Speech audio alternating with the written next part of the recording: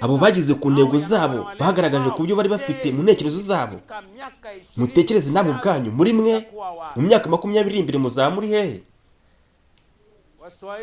Abaswahili baravuze bati iyo udatembere ngo urye ku biryo by'ahandi kugira ngo mama wawe niba uzi guteka neza.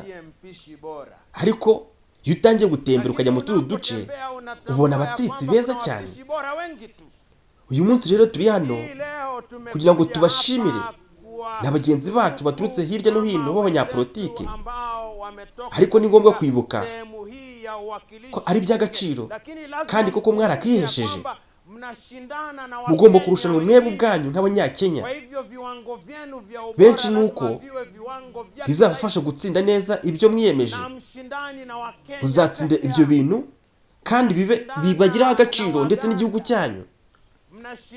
Mugomba guhatana n'abanyakenya, mugomba guhatana n'abagande, mugomba guhatana n'abatanzania, mugomba guhatana n'abanyarwanda ndetse n'abarundi, mugomba guhatana n'abandi batuye hirya no hino muri uyu mugabane wacu wa Afurika. Kandi uko biri kose ni ngombwa kwerekana ko ibyo mwatsindiye hari iby'agaciro ku isi yose. Ijambo ry'ingenzi ni uko uburezi ari mpuzamahanga. Bityo rero iyo duhagaze dutyo tugomba kwishyira hamwe no kwerekana imbaraga z'ibyo dushoboye. Ariko nanone tugomba kwibuka tugahabwa inama igihe cyose. Ibyo tugomba kwibuka nuko amarushanwa turiho atari imikino y'igihe gito ahubwo ari amarushanwa y'igihe kirekire. Tugomba kwibuka kandi ko hari abana benshi cyane bazerera mu mihanda. Ariko ibyo si byo, ahubwo mugomba kubafatanya, mugafatanya urunana ku buryo barumuna banyu bongera bagasubira mu mashuri. Hari ibintu byinshi cyane bikwiye kwitabwaho, cyane cyane urubyiruko. Murasabwa kwitonda. Hari abirirwa mu mvururu, hari abana b'abakobwa batwara inda z'indaro.